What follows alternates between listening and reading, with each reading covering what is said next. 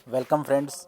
आज हम नीति निर्देशक तत्वों की आलोचना को देखेंगे कि कौन कौन सी आलोचनाएं हैं या कौन कौन से ऐसी कमियां हैं नीति निर्देशक तत्वों के मध्य या बीच में, जिनकी वजह से नीति निर्देशक तत्व इतने प्रभावशाली नहीं हो पा रहे हैं और जो वास्तविक लोकतंत्र की जो स्थापना है, जिसका सपना भारतीय संविधान निर्माताओं ने देखा था, वो पूरा नहीं हो पाया।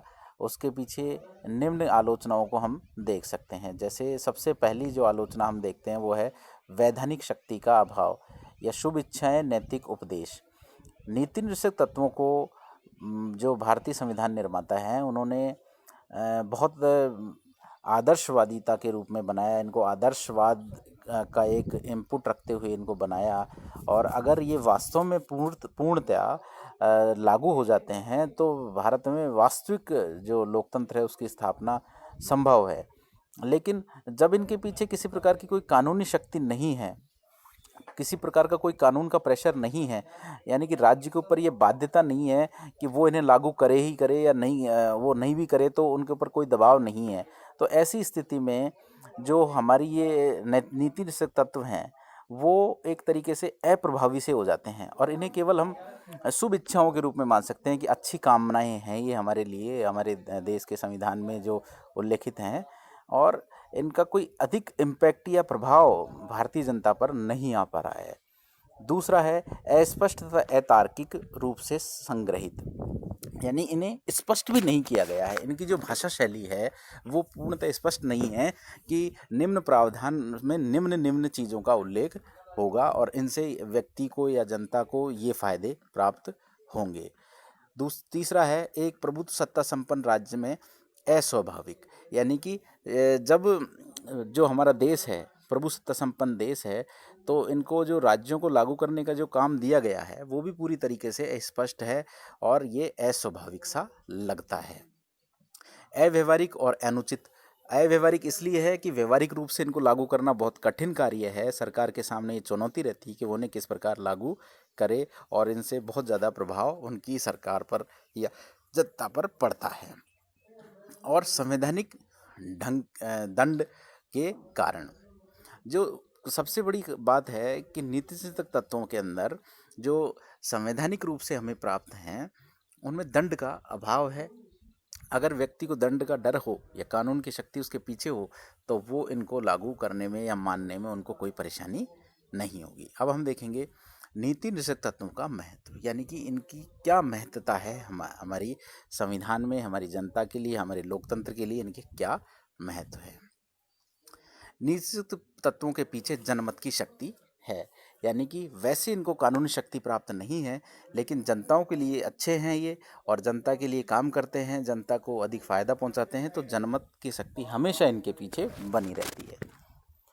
अगला है नैतिक आदर्शों के रूप में महत्व, यानी कि नैतिक आदर्शों के रूप में भी इनका महत्व है। संविधान की व्याख्या में भी ये सहायक हैं।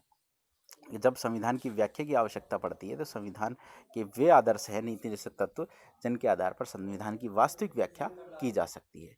शासन के मूल्यांकन का आधार भी हैं। जब कोई राज्य या सरकार इनको लागू करने में तत्परता दिखाती है तो वो अच्छी सरकार मानी जाती है। तो उन्हीं के आधार पर कि सरकार ने इन्हें अच्छे ढंग से लागू किया है नहीं किया है, तो इसके आधार पर उस सरकार का मूल्यांकन भी किया जा सकता है। कार्यपालिका प्रधान इनका दुरुपयोग नहीं कर सकते हैं, यानी कि ये इस प्रकार के कानून हैं या इस प्रकार की शक्तियां हैं या इस प्रकार के ये वादे हैं कि जिन्हें कार्यपालिका इसका दुरुपयोग नहीं कर पाती है, नहीं कर सकती है। और सबसे इम्पोर्टेंट बात है कि हम देखेंगे कि अब आगे नीति निर्देशक तत्वों की कुछ व्याख्याओं को भी हम अब हम देखेंगे, हमने पूर्व में देखा अभी कि नीति निर्देशक तत्वों की आलोचनाएं क्या क्या हो सकती हैं। हमने देखा कि उनका महत्व क्या है भारतीय संविधान में या लोकतंत्र के लिए। अब हम देखेंगे कि नीति निर्देशक तत्व पवित्र घोषणा मात्र नहीं है बल्कि राज्य के नीति के मार्गदर्शन के लिए सुस्पष्ट निर्देश हैं। इस कथन को समझने का प्रयास करेंगे कि नीति निर्देशक तत्व जो है वो क्या है, नीति के मार्ग के लिए सुस्पष्ट दिशा निर्देश हैं। तो सबसे पहले हम देखेंगे नीति निर्देशक तत्वों को क्रियान्वयन की समस्या, पुलिस राज्य को कल्याणकारी राज्य और संविधान द्वारा स्थापित राजनीतिक लोकतंत्र को आर्थिक सामाजिक लोकतंत्र में परिवर्तन करने सकने की समस्या है। बिल्कुल इसमें ये कहा जा सकता है कि जो नीति निषेधक तत्व है वो मूलतः सामाजिक आर्थिक न्याय की स्थापना करते हैं। इनका मूल लक्ष्य क्या है? सामाजिक आर्थिक न्याय की स्थापना करना है। और ये राज्य को क्या बना सकते हैं? पुलिस राज्य के स्थान पर लोक कल्याणकारी राज्य बना सकते हैं। और जो राजनीतिक लोकतंत्र है उसको आर्थिक और सामाजिक लोकतंत्र में परिवर्तन करने की इनके अंदर शक्ति है। सामाजिक आर्थिक न्याय की प्राप्ति का लक्ष्य प्राप्त करना बड़ा है, उसका पूरा करने के लिए दीर्घकालीन और प्रचार तीव्र गति से सामाजिक आर्थिक और शैक्षणिक विकास की आवश्यकता है। संविधान लागू किए जाने के बाद शासन द्वारा इसी दिशा में किए गए प्रयत्न निम्न प्रकार हैं। सबसे पहले हम देखेंगे कि नीति निषेधक तत्वों को स्थापित करने के लिए सरकार ने किन किन चीज़ों के प्रयास किए हैं और उसके लिए सामाजिक आर्थिक और शैक्षणिक विकास की आवश्यकता है। और ये तभी संभव है जब सरकार उस दिशा में कार्य करे। तो सरकार ने कौन कौन से कार्य किए उन पर हम थोड़ा सा प्रकाश डालेंगे। पहला काम किया उन्होंने 1951 में जमींदारी जागीरदारी जो व्यवस्था थी उसको समाप्त कर दिया गया और जो भूमि संबंधी सुधार के अनेक कानून पारित किए। यानी कि जो भूमि को जोतता था उसे ही वास्तव में उसका मालिक बनाया गया। जमींदारी प्रथा को समाप्त किया, जागीरदारी प्रथा को समाप्त किया।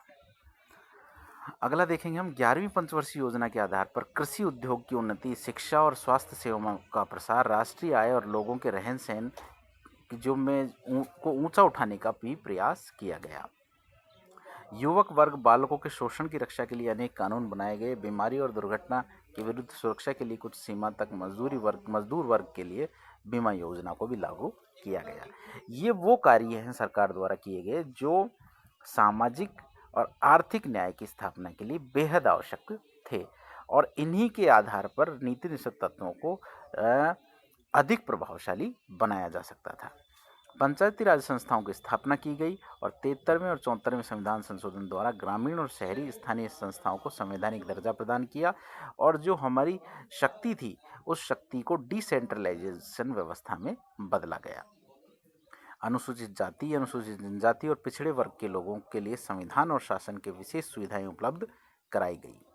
यानी कि संविधान के में अनुसूचित जाति और जो जनजातियां थी, जो दलित वर्ग में आते हैं, जो पिछड़े वर्ग हैं, पिछड़ा तबका है, जिनके पास संसाधनों का अभाव है, जो समाज की मुख्य धारा से कटे हुए हैं, उनको समाज की मुख्य धारा में लाने के लिए विशेष सुविधाएं प्रदान की गई जिससे कि उनका तबका किसी भी प्रकार से मुख्य धारा में आ सके।